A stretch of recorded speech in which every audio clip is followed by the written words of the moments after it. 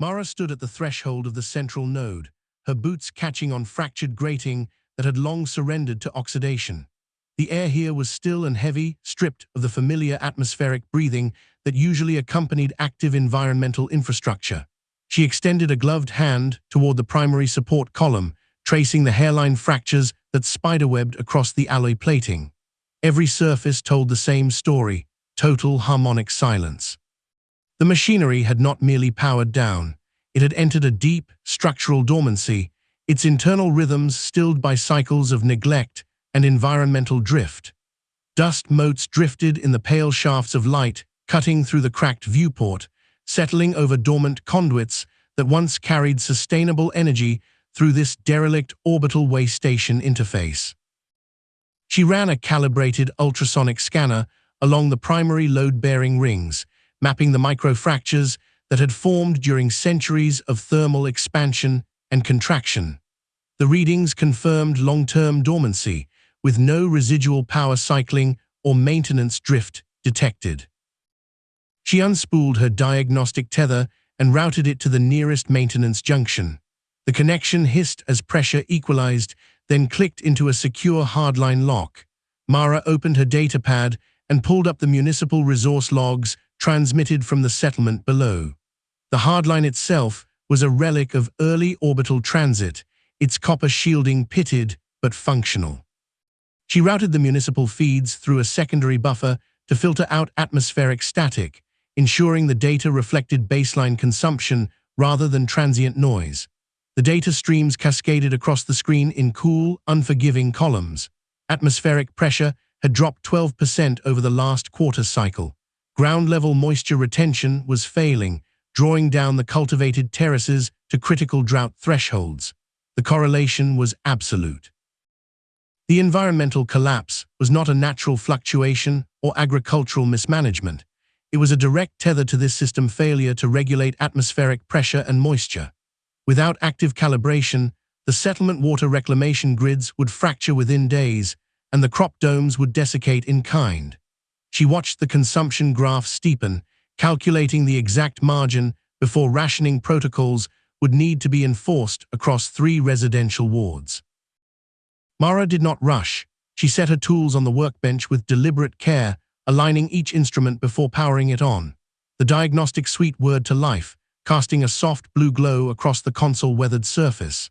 She initiated a standard override sequence, feeding in the baseline calibration matrices used for nearly every dormant environmental array in the sector. The interface accepted the data, processed it through 3 verification layers, and then returned a flat rejection. She adjusted the frequency parameters, tried secondary fallback protocols, and finally attempted a direct harmonic injection. Each attempt met the same immovable wall. Standard override protocols were completely blocked by a complex, adaptive resonance lock that shifted its defensive harmonics faster than any manual input could track. The adaptive resonance lock did not merely reject commands. It mirrored her inputs and returned them harmonically inverted, a sophisticated defense mechanism that required counterphase alignment from an external source. She cycled through diagnostic subroutines, watching the waveform stabilizers struggle against the shifting frequencies. Each manual adjustment only prompted the system to recalibrate its defensive harmonics further ahead, proving that isolated intervention would never satisfy the threshold. Mara leaned closer to the primary interface panel. There were no error codes scrolling across the display, no flashing warning glyphs or catastrophic fault indicators. Instead, there was only a persistent, low-frequency hum that vibrated through the metal console and into her palms. It was not a malfunction tone. It was a waiting state, a steady pulse indicating the system required a specific harmonic input it could not generate alone. The resonance lock demanded cooperation, not command. She opened a local archival fragment on her secondary monitor, comparing the builder design philosophy against the current harmonic state. The text described a network intended to flourish through shared stewardship rather than centralized control, a principle that now echoed in the interface patient waiting tone. She cross-referenced the hum waveform with fragmented archival data from the original builders, noting how the architecture had been designed to adapt rather than dictate, responding only to aligned frequencies from multiple sources. The hum carried a subtle phase variance, suggesting dormant subnodes were still listening, holding their own partial frequencies in reserve. This was not a broken machine, but a sleeping network awaiting its original stewardship protocol. Her standard engineering approaches would simply bounce off this adaptive barrier. The system was confirmed dormant and locked. The resource shortage below was already critical, and solitary calibration would never breach the threshold. The interface chamber breathed only in the quiet rhythm of settling dust and drifting light. Mara stood before the central housing, her fingers tracing the seam where the primary maintenance port had long since surrendered to time. The harmonic silence here was not empty, it was a held breath, waiting for a specific key to turn. She knelt, aligning her micropry tool with the recessed latch. With a soft sigh of depressurized air, the panel yielded. Inside, nestled in a cradle of oxidized polymers, lay the archival shards. They were cool and smooth, etched with hairline grooves that caught the ambient glow like frost on glass. Mara worked with deliberate care, disengaging the retaining clips one by one until 3 fragments slipped free into her gloved palm.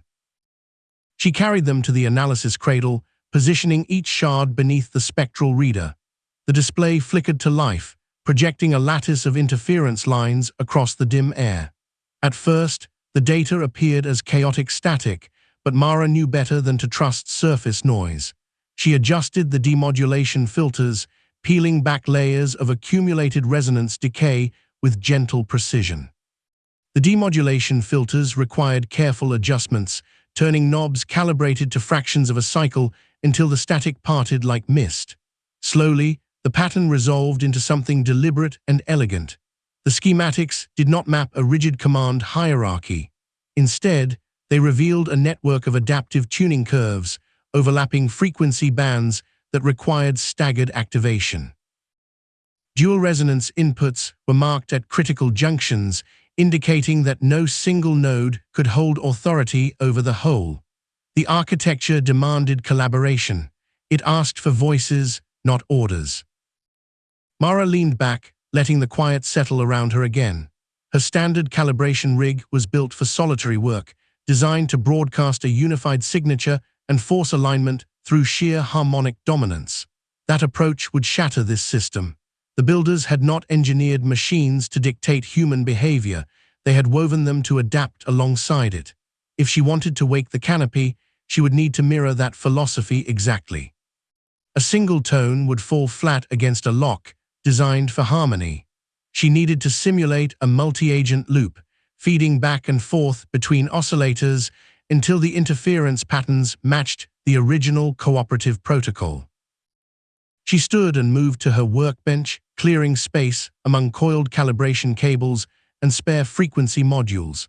The modified multi-frequency harmonizer waited in its carrying case, its chassis scarred by years of field use, but fundamentally sound.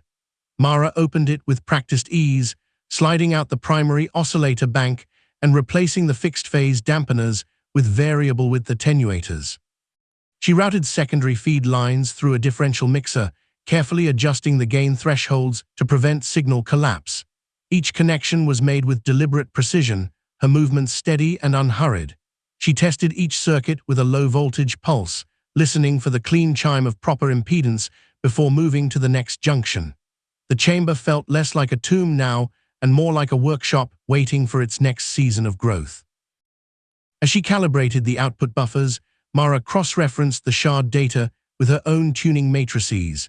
The builders had left behind a clear instruction embedded in the architecture itself, a line through shared resonance, not isolated force. She programmed the harmonizer to generate complex interference patterns, cycling through staggered phase offsets that would mimic multiple agents working in concert.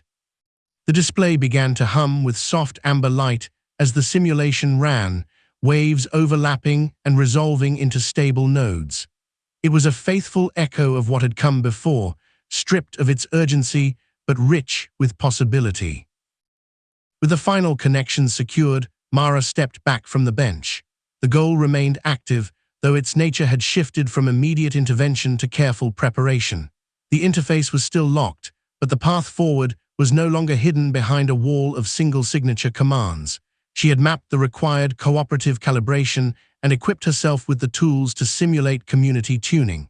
The dormant Canopy would not be forced awake, it would be invited. And for the first time in cycles of quiet stagnation, the machinery felt ready to listen. Mara stood before the central interface housing, her toolkit resting lightly against the worn composite plating of the chamber floor. The air here was still, heavy with the quiet weight of long dormancy. She unspooled the calibration leads from her harmonizer and connected them to the maintenance port she had just cleared of decades of calcified residue.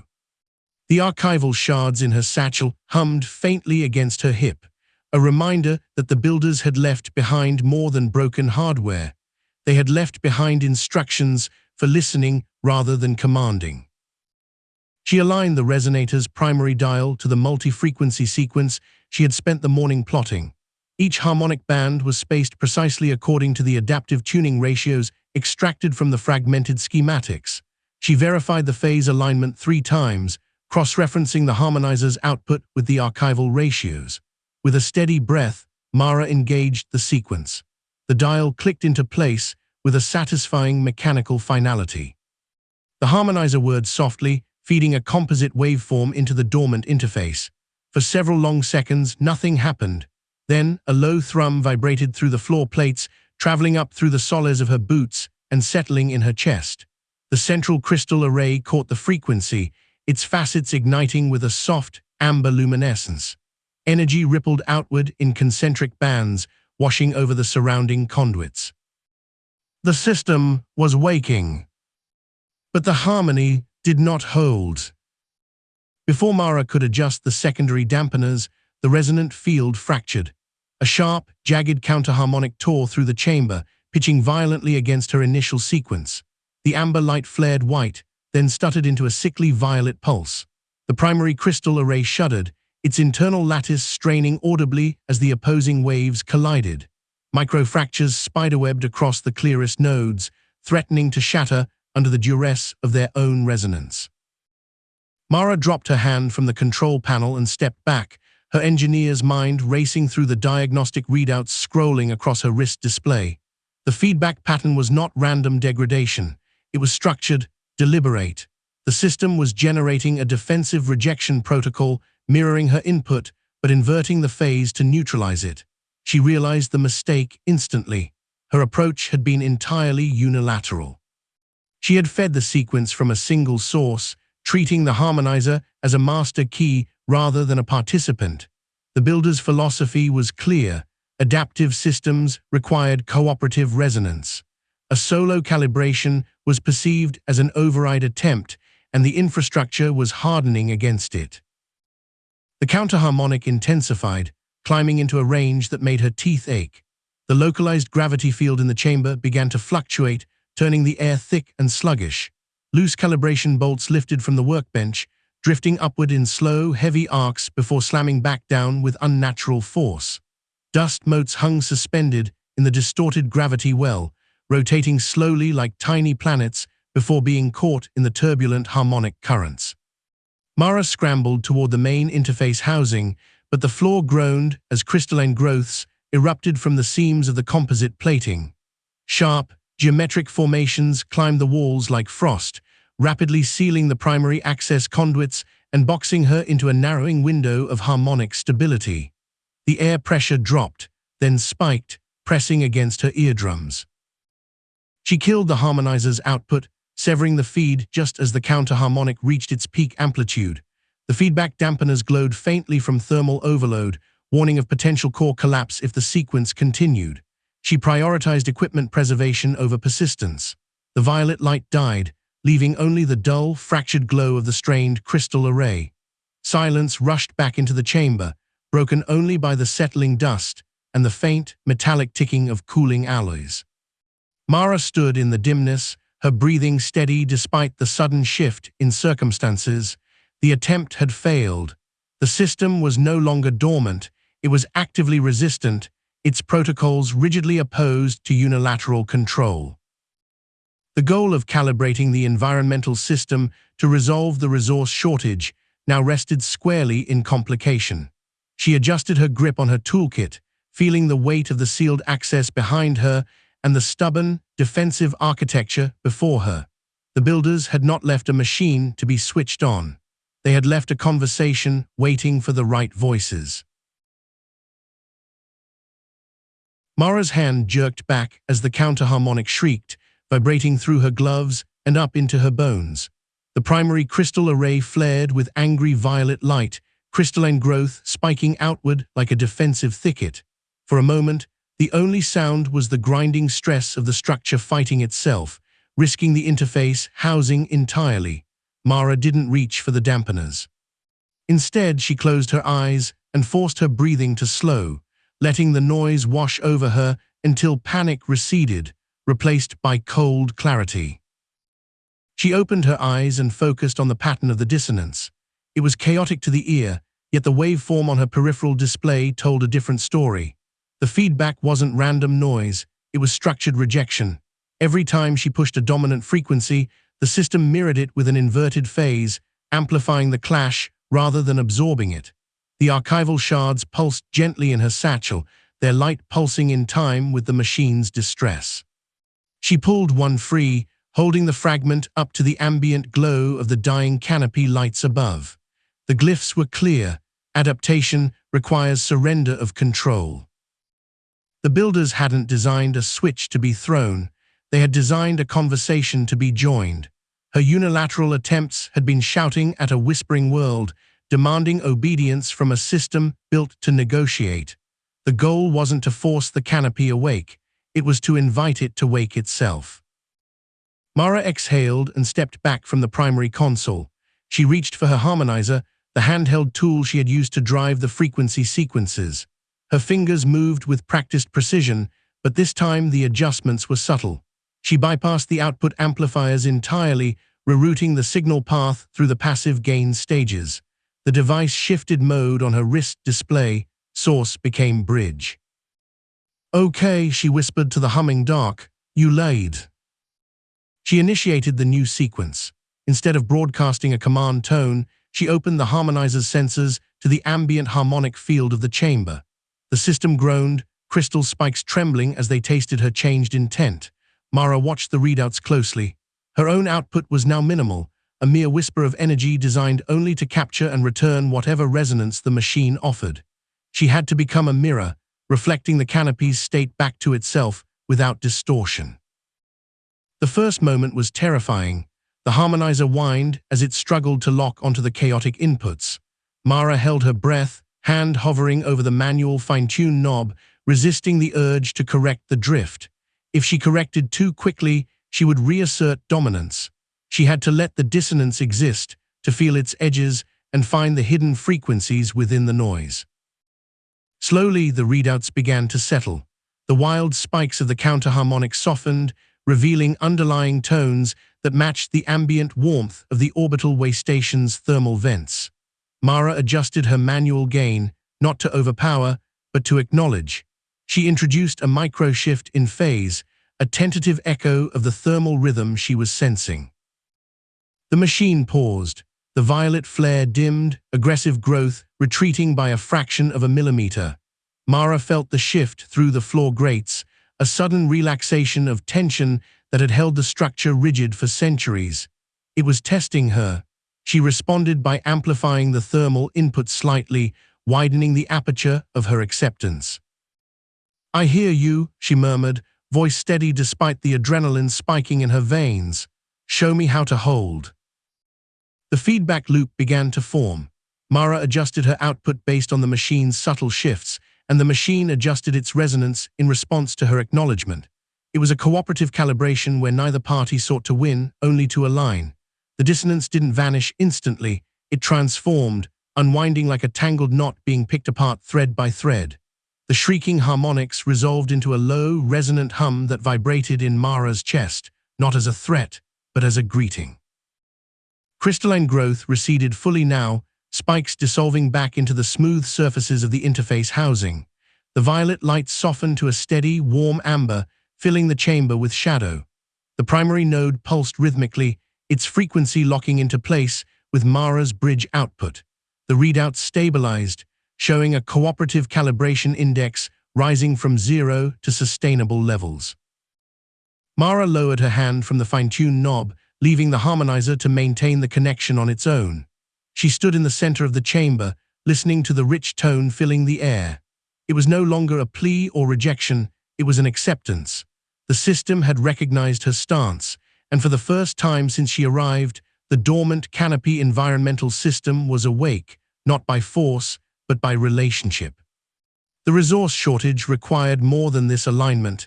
It demanded a network of connections, a web of stewardships spanning the way station. But the foundation had been laid. Mara smiled as the machine hummed its approval, ready to bridge the gap between ancient design and present need.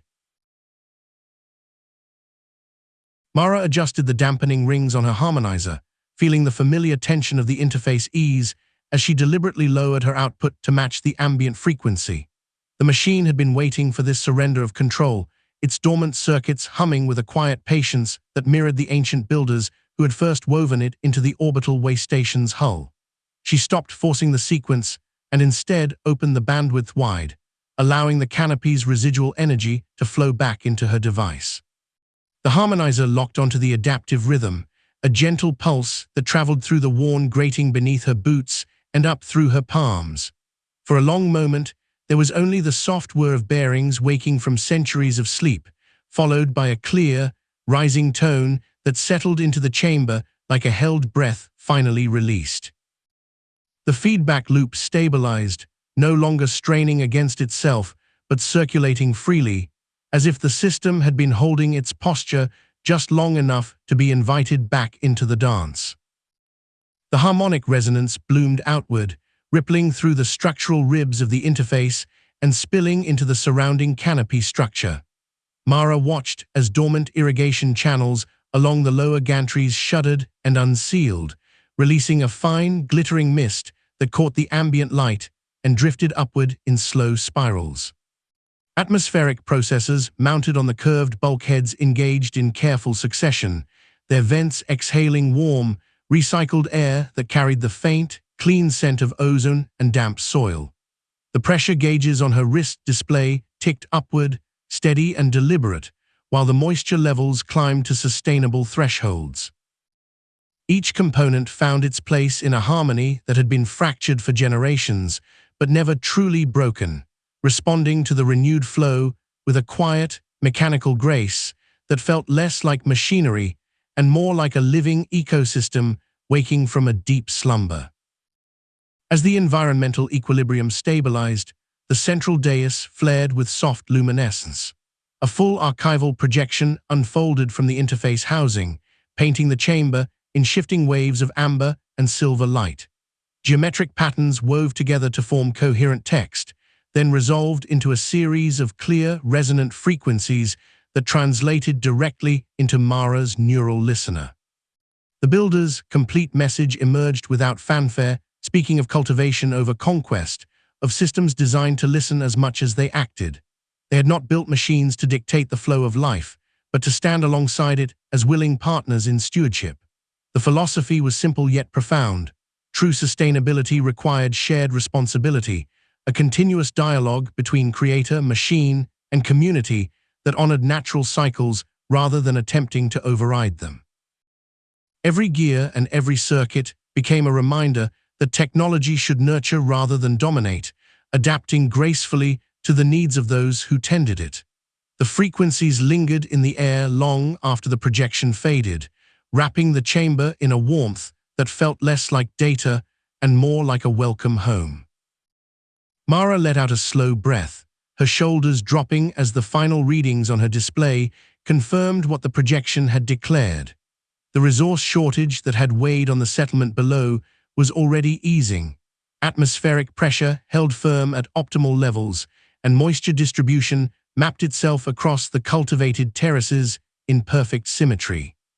She tapped her comms unit, sending a brief transmission to the local stewardship council, confirming that the Canopy was active, stable, and operating within its original sustainable parameters. Down below, the gardens would drink deeply from the restored channels, and the settlement's quiet anxieties would finally give way to the steady rhythm of renewed growth. The harmonic sequence had succeeded not through force, but through alignment, proving once again that the oldest designs still held the wisdom necessary to guide present needs. There was no triumph of domination here, only the quiet satisfaction of a broken cycle finally mended through patience and respect. She stepped back from the interface, watching the light settle into a steady, gentle glow that pulsed in time with the way station's renewed heartbeat. The legacy of the architects rested safely in the restored network, a testament to optimistic cooperation that would outlast every storm and every silence.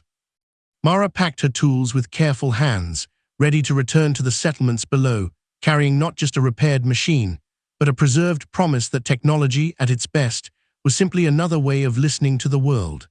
The Canopy breathed around her, steady and sure, and she turned toward the airlock with a quiet smile, knowing the work ahead would be met with the same cooperative grace that had awakened this place, leaving behind only harmony and hope.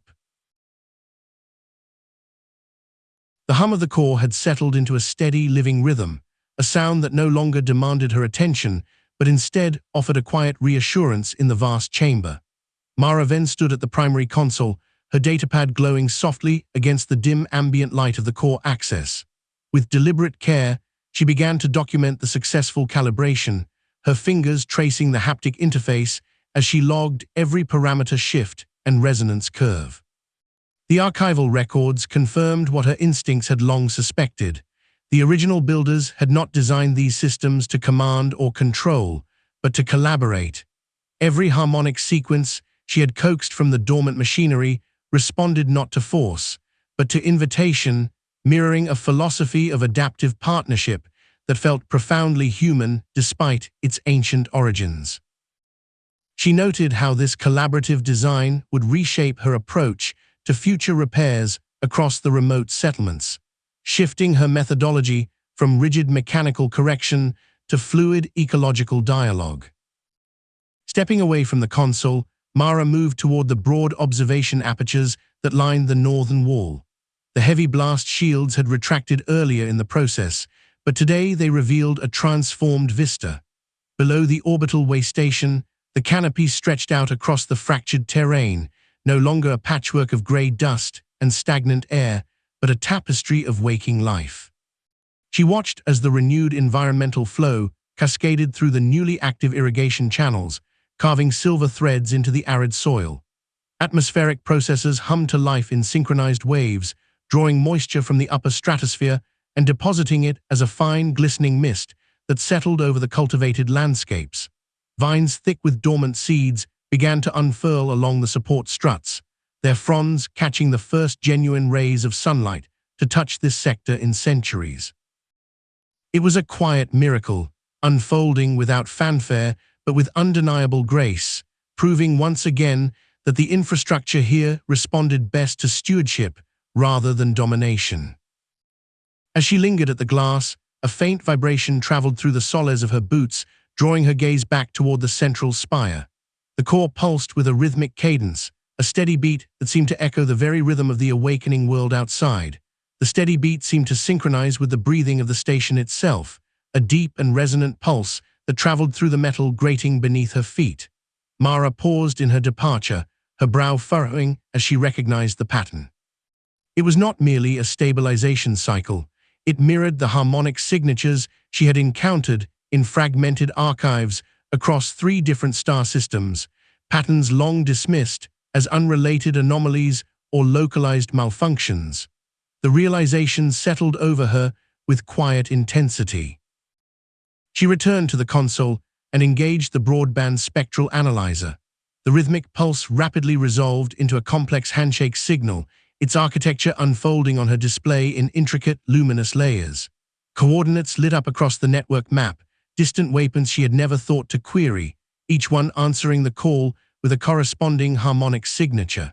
Her calibration had triggered something far broader than a simple system restart. The Dormant Canopy was merely the first node in a sprawling, planet-spanning architecture, and the signal rippled outward, stitching together isolated fragments of an ancient network that had been sleeping for millennia. Before she could fully process the scale of the activation, the console screen shimmered as a secondary layer of the archive suddenly engaged. Data streams cascaded downward, deeper and more structured than anything Mara had encountered in her initial scans. The signal was no longer just a handshake. It was an invitation to a foundational stratum of the builder's legacy, a network-wide pattern that defied her current understanding of orbital mechanics and resource distribution. Lines of text scrolled past in languages she had only partially decoded, yet their structural logic remained unmistakable, mapping pathways across continents and orbital lanes simultaneously. The implications unspooled before her eyes, suggesting that her work here was only the opening measure of a much larger symphony, one that connected every remote settlement to a shared, optimized past. As the deeper archive continued to unfold, Mara felt the familiar thrill of discovery settle in her chest, knowing that the true scope of this legacy had only just begun to reveal itself.